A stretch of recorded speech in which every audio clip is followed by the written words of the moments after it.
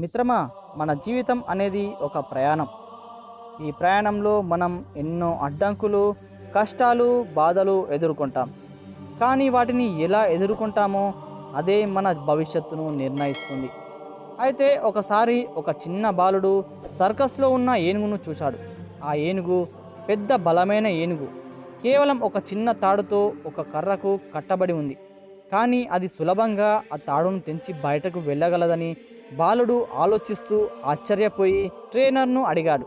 ఇంత పెద్ద ఏనుగు ఇంత చిన్న తాడుతో ఎలా కట్టుబడిపోయి ఉంటుందని, ఆ తాడును తెంచి పారిపోవడం ఎందుకు చేయలేదని ఆ బాలుడు ట్రైనర్ని అడిగాడు.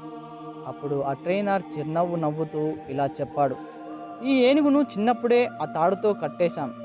అప్పట్లో ఇది చాలా చిన్నది. ప్రయత్నించినా ఆ తాడును తెంచుకోలేకపోయింది. చాలాసార్లు ప్రయత్నించింది, కానీ విఫలమైంది. చివరికి దీని మనసులో ఒక నమ్మకం ఏర్పడింది: నేను ఆ తాడును తెంచలేను అని. ఇప్పుడు అది ఎంత పెద్దదైనా, ఎంత బలమైనదైనా అది ఇంకా అదే నమ్మకంతో బతుకుతుంది అని ట్రైనరు బాలుడితో చెప్పాడు.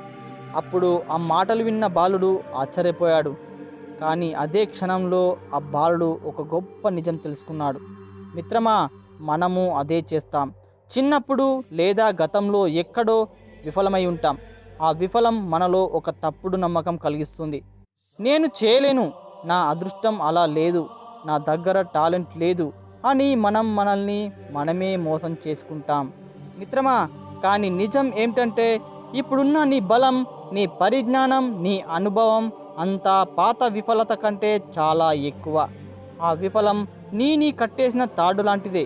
కానీ ఇప్పుడు ఆ తాడును తెంచగల శక్తి నీలో ఉంది. ఏనుగులాగా మనం కూడా మన మనసులోని తాడులను తెంచేసుకుంటేనే నిజమైన స్వేచ్ఛ, విజయం మనదవుతుంది. మిత్రమా, జీవితంలో ఎన్నిసార్లు పడిపోయినా లేవడం నేర్చుకో.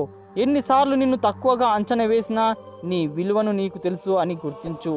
నీలో ఉన్న బలం నువ్వు నమ్మినంత పెద్దది కాదు, దానికంటే ఎన్నో రేట్లు ఎక్కువ.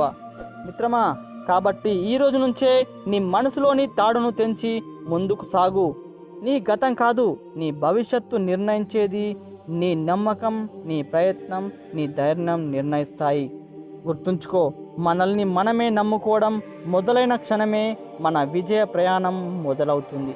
ఫ్రెండ్స్, వీడియో ఎలా అనిపించిందో కామెంట్ బాక్స్లో కామెంట్ చేయండి. అలానే ఇలాంటి మరిన్ని వీడియోల కోసం ఇప్పుడే వీడియోని లైక్ చేసి ఛానల్ని సబ్స్క్రైబ్ చేసుకోండి. జై హింద్.